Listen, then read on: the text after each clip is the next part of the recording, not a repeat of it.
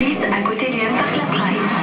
Et nous sommes de retour avec Blaise et on revient avec du ring coquet. Et une victoire difficile pour Genève, 2-1 contre Outigen. Le match a été assez fermé au début et les Genevois auraient pu l'emporter plus nettement. Alors tout de suite, on écoute l'avis de l'entraîneur Pedro Antunes.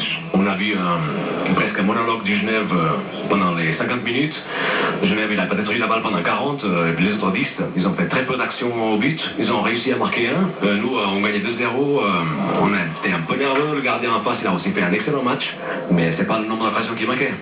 Pour les coups francs directs et les pénaltys, c'est quand même toujours une question de 50-50. Le gardien en face, il a été vraiment très inspiré aujourd'hui.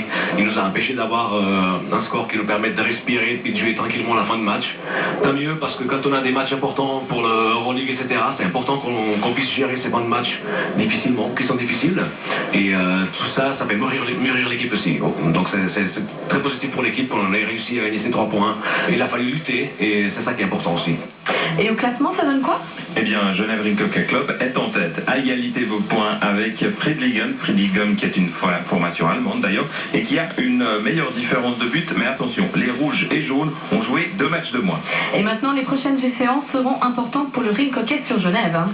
Absolument, absolument. Il y a bien sûr la suite du championnat, mais samedi, c'est la Coupe d'Europe, et ça n'est pas n'importe quoi, puisque ces matchs comptent pour la Ligue des Champions. Et oui, rien que ça. Et les Genevois affrontent Liceo, une équipe espagnole de très haut niveau. On se souvient qu'il y a quelques semaines, eh bien c'était même le mois dernier, les